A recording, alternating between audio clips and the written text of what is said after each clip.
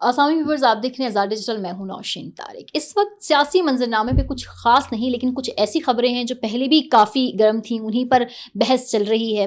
جیسے کہ جنید اکبر اور گنڈا پور صاحب کے آپس میں کچھ اختلافات سامنے ہیں. علیمہ خانم صاحبہ جن کو کہا گیا تھا کہ پارٹی میں مداخلت کرنے سے روک دیا گیا ہے، لیکن پھر بھی وہ میڈیا ٹاک کر رہی ہیں.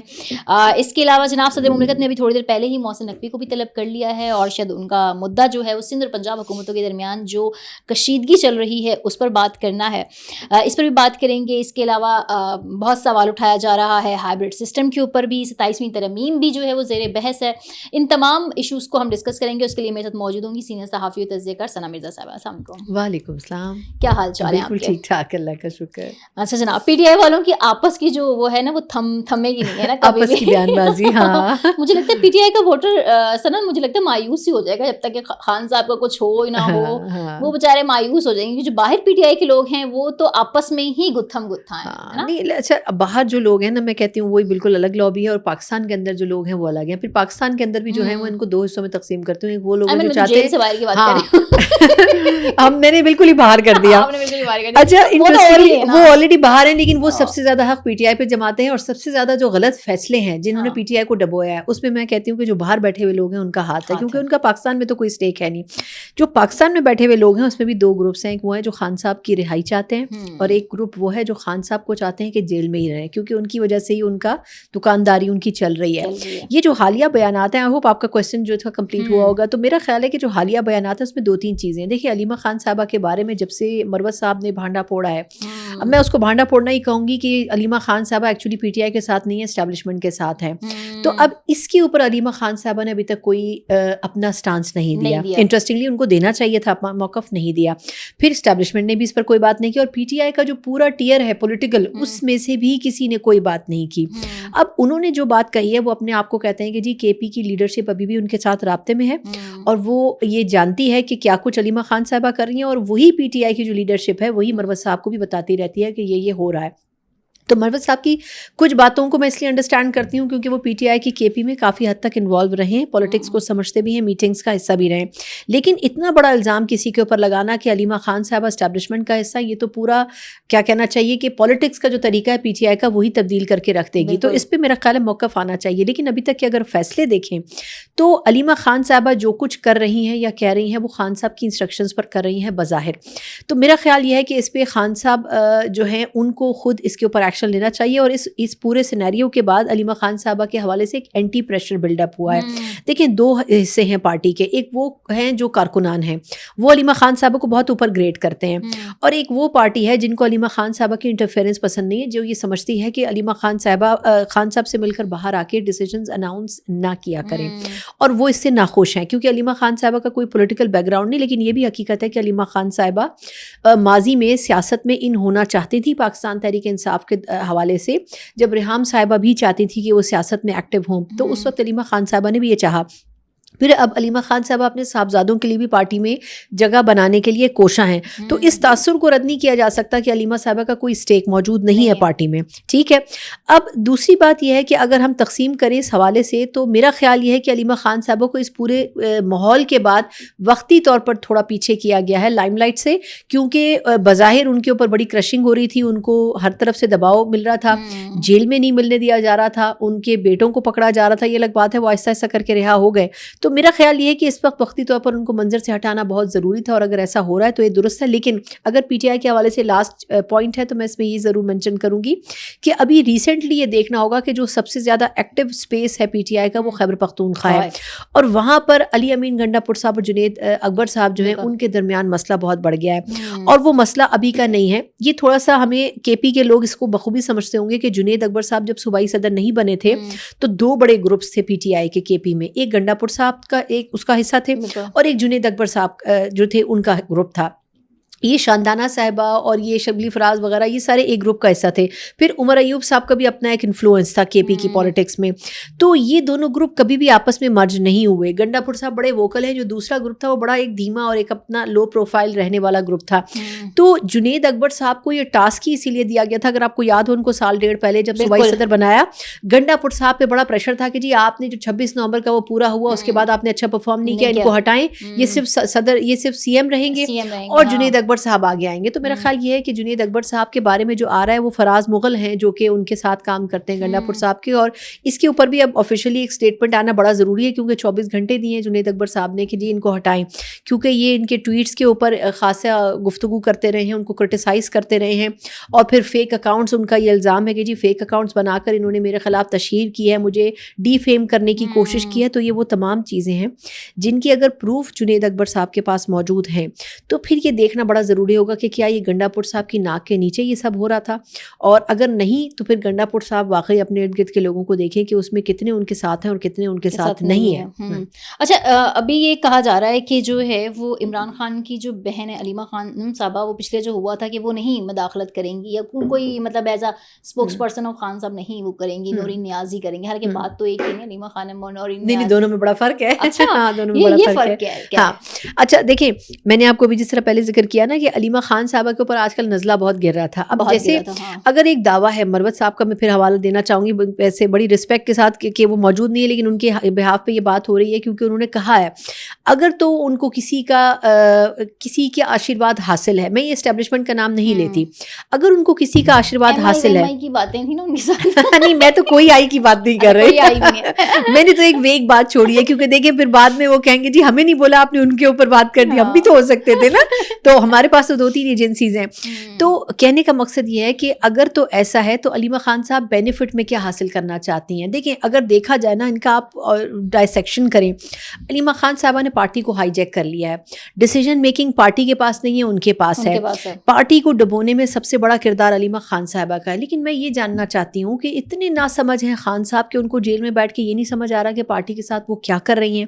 میں اس چیز پہ 100% ٹرسٹ نہیں کر سکتی ہوں. اس کی وجہ یہ ہے کہ ایسا نہیں ہو سکتا کہ خان صاحب کو باقی لوگ بتائیں اور علیمہ خان صاحبہ کی محبت میں وہ یہ کہیں کہ پارٹی ڈوب رہی ہے, اسے ڈوبنے دیں. یہ ضرور ہے, مجھے ایسا لگتا ہے پرسنلی کہ علیمہ خان صاحبہ کسی اور تھرڈ پارٹی کے ساتھ ڈائریکٹ ہیں اور وہ میسیجنگ کا کام ضرور کر رہی ہوں گی, کیونکہ پارٹی اٹ سیلف میسیجنگ کا کام نہیں کر پا رہی. جتنے بھی میسیجز گئے خان صاحب کے پاس, ان میسیجز میں سے کوئی بھی میسیج کے اوپر کان نہیں دھرا انہوں نے. تو میرا خیال یہ ہے کہ وہ اپنی بہن پر ٹرسٹ تو کرتے ہیں, لیکن اس سے زیادہ وہ جس شخصیت پر ٹرسٹ کرتے ہیں وہ خود ان کے ساتھ جیل میں موجود ہیں اور جیل کاٹ رہی ہیں. ان شخصیت کے تھرو بھی بات چیت کی کوشش ماضی میں ہوئی, تو جب ان شخصیت کے تھرو بات چیت کی کوشش کامیاب نہیں ہوئی تو پھر علیمہ صاحبہ کے ساتھ مشکل ہی ہے کہ کامیاب ہوگی. اچھا, خان صاحب کو منتقل کرنے کی بھی باتیں کر رہے ہیں کسی اور جیل میں ان کو. یہ کافی پرانی خبر تھی کہ جی راول پنڈی میں ایک مختصر جیل بنائی گئی ہے. دیکھیں ہمارے ہاں ہر چیز کی قبل از وقت تیاری کر لی جاتی ہے, مطلب پاکستان کے امور چلانے کے علاوہ ہر چیز کی پلاننگ موجود ہے. تو میرا خیال یہ ہے کہ وہ ایک مختصر جیل بنائی گئی ہے جہاں لمیٹڈ سٹاف ہوگا اور وہاں پہ گھر جیسی سہولیات ہوں گی. کہا جا رہا ہے, اوبویسلی ہم میں سے بہت سے لوگوں نے نہیں دیکھی کیونکہ جیل میں ان کو بہت سے مسائل کا سامنا ہے. تو اگر وہ انڈرسٹینڈنگ بن جاتی ہے تو very short span of time میں وہ سب ممکن نہیں ہو سکے گا. تو وہ کہا یہ جا رہا ہے کہ ان کو اور ان کی اہلیہ کو وہاں پر منتقل کر دیا جائے گا اور ان کو کہا جائے گا کہ آپ کچھ سال یہاں آرام فرمائیں اور یہیں سے آپ اپنی سیاست کو جتنا چلانا چاہیں آپ چلا سکتے ہیں. لیکن اس پورے ماحول میں پوری جیل کو ڈی اسٹیبل کرنے کے بجائے آپ کے لیے بہتر یہ کہ آپ کو ایک الگ سائٹ پر شفٹ کر دیا جائے. اس کی ایک بڑی وجہ سیکورٹی ریزنز بھی ہیں, بہت سے مسائل بھی ہیں جو آنے والے وقت میں ہو سکتے ہیں. اگر ان کے حوالے سے فیصلہ ان کے خلاف آ جاتا ہے, جو کہ ممکنہ طور پر ان کے خلاف آئے گا, تو خان صاحب ایک آخری کوشش ضرور کریں گے لوگوں کو باہر نکالنے کی, ان کو موبلائز کرنے کی, لیکن وہ کوشش بھی اب کامیاب نہیں ہو سکے گی. ہم لاسٹ فیز میں دیکھ چکے ہیں کہ پارٹی کے اندرونی اختلافات کی وجہ سے کارکنان بہت زیادہ ڈسٹریکٹڈ ہیں. یہ جو آپ نے بھی نورین صاحبہ کا حوالہ دیا, یہ خاص مقصد کے لیے کیونکہ نورین صاحبہ کے صاحبزادے بھی جیل میں ہیں. تو اس پیرائے میں اگر دیکھا جائے تو خان صاحب ہو سکتا ہے اس طرح کی کوئی نامینیشن کر دیں, اس لیے بھی نورین صاحبہ کو شاید آگے لایا جا رہا ہے کہ ایک ماحول بنایا جائے. ہو سکتا ہے اس میں علیمہ خان صاحبہ راضی نہ ہوں کیونکہ ان کی اپنے جو 2 بیٹے تھے اس میں سے ایک صاحبزادے کے لیے وہ چاہتی تھیں کہ وہ خان صاحب ان کو نامینیٹ کریں, لیکن ان کی کوئی پولیٹیکل افیلیشن نہیں تھی, نہ کوئی کریئر تھا. تو نورین صاحبہ کے بیٹے البتہ جیل کاٹ رہے ہیں, تقریباً 2.5 سال وہ کاٹ چکے ہیں اور تقریباً ان کی کچھ سزا بھی باقی بھی ہے. تو یہ وجہ ہو سکتی ہے, لیکن اس پورے سینیریو میں بہتر یہی ہے کہ خان صاحب کو کسی اور جگہ, کیونکہ آئی تھنک بنی گالہ کا آپشن بھی ماضی میں محسن نقوی صاحب نے ان کے آگے رکھا تھا جس کو انہوں نے کبھی نہیں کیا, لیکن انہوں نے وہ آپشن بھی ایکسیپٹ نہیں کیا تھا. تو ان کو میرا خیال یہ ہے کہ اڈیالہ کو پرسکون کرنے کے لیے وہ وہاں پہ جو ہلچل ہے اس کو نکالنے کی کوشش ہو سکتی ہے. ٹھیک ہے. اچھا جناب, یہ معدنی نمونوں کا جو کھیپ امریکہ روانہ کر دی گئی ہے جو ایک سیمپلز کے طور پر, ہمارے معاہدے ہیں امریکہ کے ساتھ اس حوالے سے ریئر ارتھ منرل کا جو چل رہا تھا, اب پی ٹی آئی یہ کہتی ہے کہ ان معاہدوں کی تفصیلات کو جو ہے وہ پبلک کیا جائے, جبکہ دوسری جانب جو ہے وہ حکومت کہتی ہے کہ پی ٹی آئی ہر اچھی چیز کو, معاشی ڈیولپمنٹ کو بھی پولیٹیسائز کرتی ہے. آپ کا سمجھتے ہیں ان کی یہ ڈیمانڈ ٹھیک ہے یا گورنمنٹ کا جو نیریٹو ہے وہ ٹھیک ہے؟ اچھا دیکھیں, ہمیں پہلے تو ان معدنیات کے حوالے سے ایک چیز ضرور ذہن میں رکھنی چاہیے کہ ہم آج کل جتنے بھی گیجٹس یوز کر رہے ہیں, چاہے وہ لیپ ٹاپس ہوں, چاہے موبائلز ہوں, چاہے اے آئی کی ٹیکنالوجی ہو, وہ جو معدنیات ہے وہ اس میں بڑا امپورٹنٹ رول پلے کر رہی ہے. تو کچھ ممالک ایسے ہیں جو میرا خیال یہ ہے کہ پنجاب سے بھی چھوٹے ہوں گے یا سندھ سے بھی چھوٹے ہوں گے, لیکن وہ ممالک جو ہیں وہ ان معدنیات کے ذخائر میں موجود ہیں, اور وہ ممالک بڑے کم عرصے میں بہت اکنامیکلی بہتر پوزیشن پہ چلے گئے ہیں. اب مسئلہ یہ ہے کہ وہ ڈیل تو ہو چکی ہے, اور اس کا جو فرسٹ سیمپل ہے, یعنی فرسٹ سیمپل کی جو لاٹ ہے, وہ لاٹ جو ہے پاکستان سے امریکہ جا چکی ہے اور وہ اپروو بھی ہو چکی ہے. لیکن اب اگر ایسا ہوتا ہے تو اس میں سب سے بڑا سوال جو پی ٹی آئی اٹھا رہی ہے, پہلے تو صرف اکیلی پی ٹی آئی نہیں اٹھا رہی, پیپلز پارٹی نے بھی اس کے اوپر ریزرویشن اپنی شو کی ہے, اور انہوں نے کہا ہے کہ ہمیں یہ معاہدہ دکھایا جائے. دیکھیے پہلے میں پھر حوالہ دوں گی, لیکن یہ تھوڑا کنٹروورشل ہوگا کہ ریکارڈنگ کے اوپر ہم نے کتنا ایک برا فیز گزارا, اور پھر وہ معاہدہ ہمیں اس کے لینے کے دینے پڑ گئے, ہمیں انٹرنیشنل کورٹ میں جانا پڑا. تو اب جتنی ہائر لیول کے اوپر یہ معاہدہ ہوا ہے اس کو پازیٹیو لینا چاہیے. کچھ صوبے اس کو اون کریں, جیسے بلوچستان میں ابھی تک یہ معاہدہ پاس نہیں ہو سکا منرلز کے حوالے سے. خیبر پختونخوا میں بڑا کرٹیسزم ہوا گنڈا پور صاحب کے اوپر, لیکن انہوں نے منرلز ایکٹ جو ہے وہ پاس کروایا. لیکن کہنے کا مقصد صرف یہ ہے کہ اس میں یہ دیکھنا پڑے گا, کیونکہ وہ جو اکوپمنٹ ہے جس کے تھرو یہ منرلز نکالنے ہیں, وہ اکوپمنٹ پاکستان کے تو میں تو سوال ہی پیدا نہیں ہوتا, لیکن وہ امریکہ اور ایک آدھ کسی ملک کے پاس موجود ہے. وہ ٹیکنالوجی اور کسی ملک کے پاس اویلیبل ہی نہیں ہے, تو اس کے لیے ایونچولی آپ کو وہاں جانا پڑے گا. تو اس لیے یہ بڑا ضروری تھا کہ آپ کسی اور ملک کو جوائنٹ وینچر دیں, اور اس میں آپ کتنا شیئر رکھ رہے ہیں ایز اے کنٹری, یہ صرف ایک ڈیبیٹیبل بات ہے. اگر آپ یہ کہیں کہ یہ منرل ہم خود نکالیں گے, یہ پاسبل نہیں. ابھی آپ نے ایف ڈبلیو کے تھرو یہ سارا کام کیا, لیکن لانگ ٹرم بیسس پہ آپ خود نہیں کر سکتے, تو اس کے لیے ضروری ہے کہ کسی انٹرنیشنل فرم کو لایا جائے.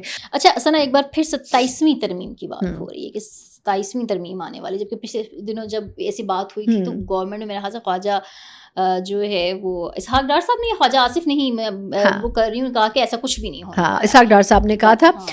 دیکھیں میں آپ کو ایک بات بتاؤں, جب 26ویں ترمیم آئی تھی نا, اس کے اگلے دن سے ہی پتہ چل گیا تھا, کیونکہ جب وہ پیش ہوئی اور وہ امپلیمنٹ ہوئی تو ہمیں پتہ چلا کہ اس میں کیا فلاز ہیں. لیکن انہوں نے ٹائم گین کیا. گورنمنٹ میں کوئی بھی پولیٹیکل پارٹی ہو, آپ اس سے جب بھی پوچھیں گے نا, وہ ایک دن پہلے تک یہی کہے گی کہ ایسی کوئی ترمیم نہیں آ رہی. سم ٹائم تو مطلب اس کے اوپر بڑا مذاق بنا کہ خود پارٹی کے جو اپنے لوگ تھے ان کو پتہ نہیں تھا کہ ترمیم میں کیا ہو رہا ہے. ایسا نہیں, خالی وزیر قانون صاحب کو پتا تھا اور چند ایک لوگوں کو پتا تھا ترمیم کیا آ رہی ہے. لیکن یہ جو 27ویں ترمیم ہے, اس میں صرف لیگل میٹرز نہیں ہوں گے, وہ جو فلاز رہ گئے 26ویں میں ان کو اوور کم کیا جائے گا, اور اس کے ساتھ کچھ اس میں نئی چیزیں بھی ایڈ آن ہو رہی ہیں. اس میں صوبوں کے حوالے سے بھی کچھ بات ہے. پیپلز پارٹی کی ریزرویشن ہے جو محسن نقوی صاحب کو زرداری صاحب نے بلایا ہے, اس کو صرف یہی نہیں, یہ تو بڑی آسان سی بات ہے, ہم یہ کہتے ہیں جی پنجاب اور سندھ لڑ رہے ہیں. محسن نقوی صاحب کا اس میں کیا کردار ہے پنجاب اور سندھ کے لڑنے میں؟ وہ لڑ رہے ہیں BISP کے اوپر, بے نظیر انکم سپورٹ پروگرام کی بات بلاول نے کیوں کی, اور ہم یہ کہتے ہیں جی وہ لڑائی ختم کروانے کے لیے. نہیں, ایسا نہیں, معاملہ اتنا سادہ نہیں ہے. محسن نقوی صاحب جو ہیں وہ بہت قریب ہیں زرداری صاحب کے, نواز شریف صاحب کے بھی قریب رہے ہیں, فوج کے بھی قریب ہیں, ماشاءاللہ سے بہت اچھی بات ہے, صلاحیت ہے جس کو اپریشیٹ کرنا چاہیے, ٹھیک ہے نا. لیکن زرداری صاحب کے ساتھ ان کے بڑے پرانے مراسم ہیں, اور پرویز الہی صاحب اور مطلب چودھری صاحب جو ہیں ان کے ساتھ بھی بڑے پرانے تعلقات ان کے رہے, بلکہ ان کے ساتھ تو فیملی ٹرمز ہیں. تو ایکچولی اس ترمیم کے حوالے سے کچھ ریزرویشنز تھیں, ریزرویشنز بھی نہیں, میرا خیال یہ ہے کہ اس میں پیپلز پارٹی کچھ چاہتی ہے امینڈمنٹس, جیسے NFC کے اوپر بات ہو رہی, کہا یہ جا رہا تھا کہ اب جو نئی امینڈمنٹ آئے گی اس میں 18ویں ترمیم کی کچھ چیزوں کو تبدیل کیا جائے گا. اس میں سر فہرست جو ہے وہ NFC ہے.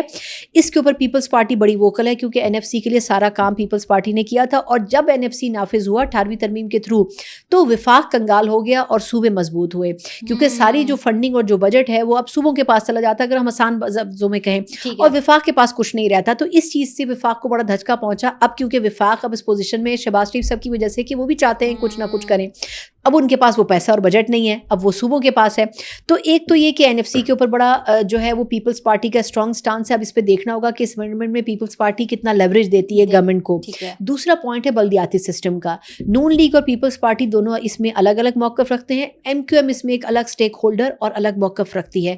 MQM نے اس شرط کے اوپر اس حکومت کو سپورٹ کیا تھا, ویسے تو ان کے پاس اور کوئی آپشن نہیں تھا, لیکن پھر بھی بظاہر کہ بلدیاتی سسٹم کو آپ جو ہے وہ انکریج کریں گے, اور اس کے لیے آپ کو 18ویں ترمیم کو تھوڑا سا تبدیل کرنا پڑے گا. تو اس ایک ترمیم میں بہت ساری تھوڑی تھوڑی چیزیں ہوں گی, اور یہ ان کا کلسٹر ہوگی, اور اس میں بہت ساری چیزیں, تو اس کو ہم ایک مائنر ترمیم کنسیڈر نہیں کر سکتے. یہی وجہ ہے کہ 26ویں کے بعد اتنا ٹائم گزر گیا, لیکن اس ترمیم کو اس لیے نہیں لا سکے کہ اس پہ MQM, نون لیگ اور پیپلز پارٹی تینوں کا بالکل الگ الگ سٹانس ہے. اب ان تینوں پولیٹیکل پارٹیز کا کنسنسس کرنے کے لیے بڑا ضروری ہے کہ ان تینوں کو کچھ لے دے کے معاملہ آپس میں حل کرنا پڑے گا. Thank you very much. Thank you so much.